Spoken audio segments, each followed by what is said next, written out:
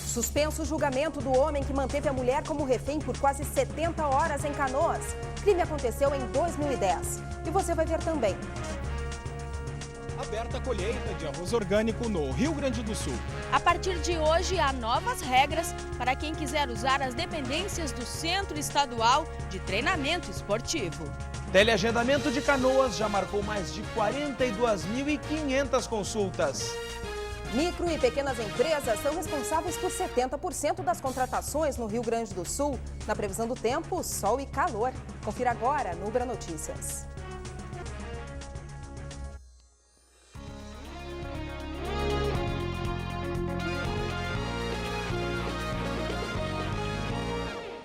$340 mil sacas de arroz orgânico. Esta é a previsão da safra deste ano no estado.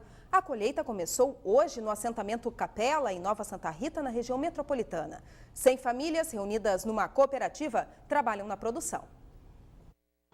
Carlos Alberto é agricultor no assentamento Capela desde que foi criado, em 1993.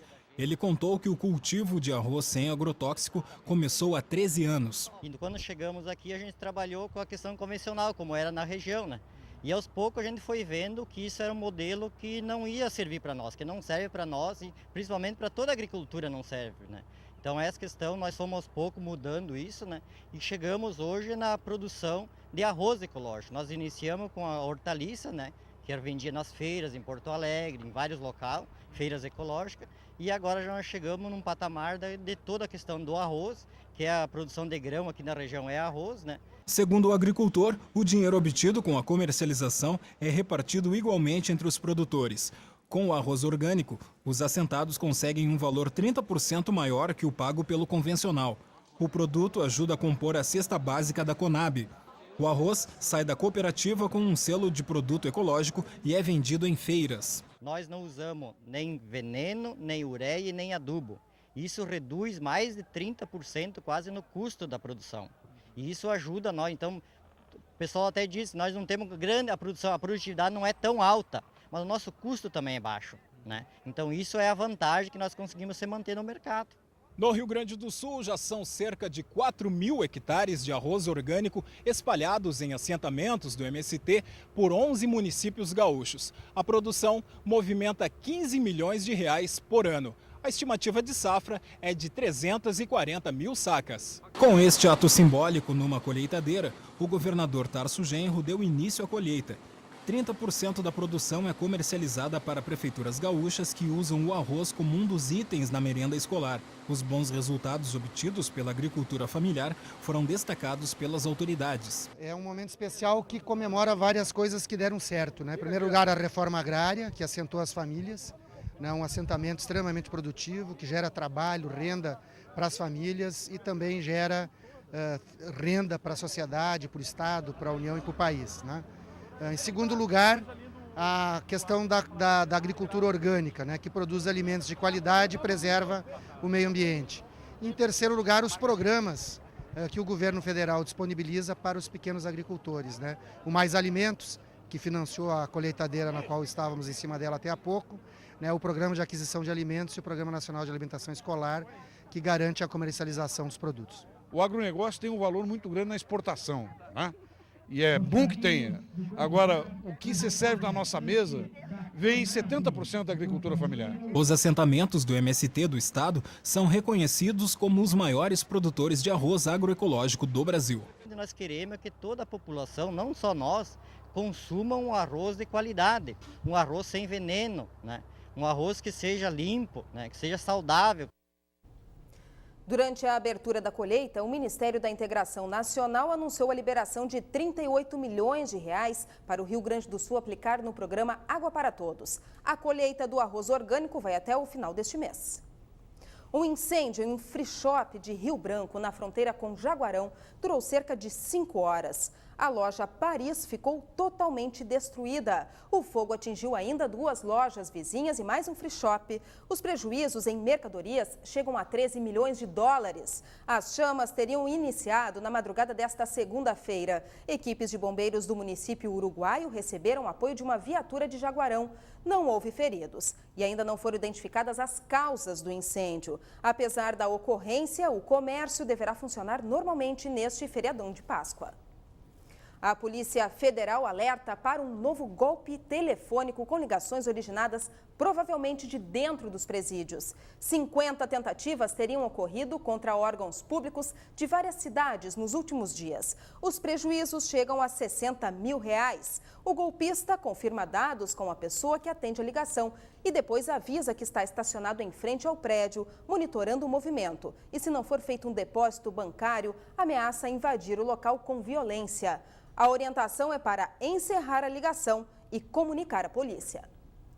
As micro e pequenas empresas já são responsáveis por 70% das novas vagas no mercado de trabalho. Em todo o país foram 203 mil contratações com carteira assinada. Dos 70 funcionários desta empresa especializada em estandes, 10 foram contratados neste ano. Contando com profissionais de áreas como criação, vendas e montagem, o empreendimento já está há 20 anos no mercado e tem um faturamento anual de R$4 milhões. Segundo o diretor, o número de empregados poderia ser ampliado se houvesse mais incentivos fiscais. Através de incentivos, diminuição de carga tributária, etc., eu poderia contratar mais pessoal, poderia investir na empresa em tecnologia, em tecnologias que respeitem o meio ambiente, procurando cada vez mais administração em meio ambiente. No total, o estado conta com 600 mil micro e pequenas empresas. O crescimento da economia no país e a ambição cada vez maior entre os jovens de terem o próprio negócio são os principais fatores responsáveis pelo aumento de 5% no número de empregos nos primeiros meses de 2012. Mas há desafios a serem superados. Burocracia, para conseguir alvará, para conseguir licença ambiental quando requer, também no setor daqueles que estão enquadrados no Simples, a substituição tributária, que já vem com o imposto de fora do Estado, daí tira a competitividade da pequena empresa, torna sem efeito simples. A Secretaria de Economia Solidária e Apoio à Micro e Pequena Empresa destacou os programas de capacitação e incentivo, como crédito a juros baixos. Em relação a uma queda maior nos tributos, o secretário afirmou que esse debate deve ser realizado no cenário nacional. O investimento com os tributos que fazem com que haja guerra fiscal e a substituição tributária, que prejudica muito o desenvolvimento da micro e pequena empresa. Lembrando sempre que aqui no Rio Grande do Sul nós somos 99,3% de micro e pequenos produtores.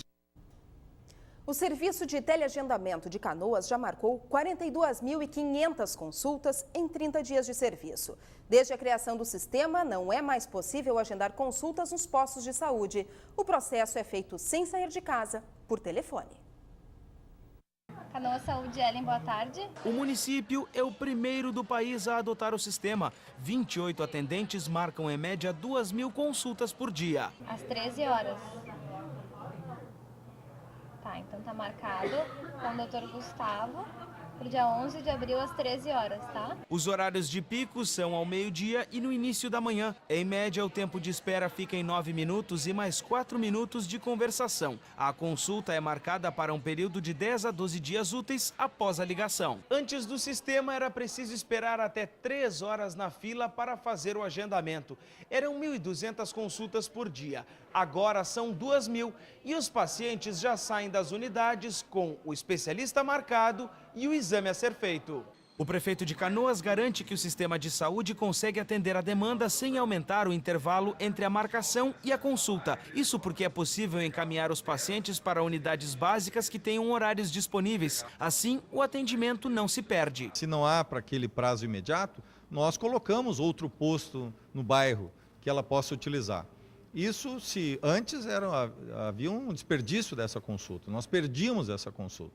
e agora não, nós estamos usando plenamente. Para marcar a consulta é necessário ter em mãos o cartão do SUS e os dados pessoais, como o número da identidade, por exemplo. O paciente também deve se cadastrar na prefeitura para fazer o cartão de saúde do município. Em caso de urgência, não se deve ligar para o teleagendamento. Se tiver com alguma dor, qualquer tipo de problema de saúde imediato, procura uma das nossas UPAs, ou o Hospital de Pronto-Socorro, Nossa Senhora das Graças, ou o Hospital Universitário para a parte da pediatria, ginecologia e obstetrícia. Aí o atendimento é imediato? E lá é imediato conforme a gravidade do paciente, que é pela classificação de risco.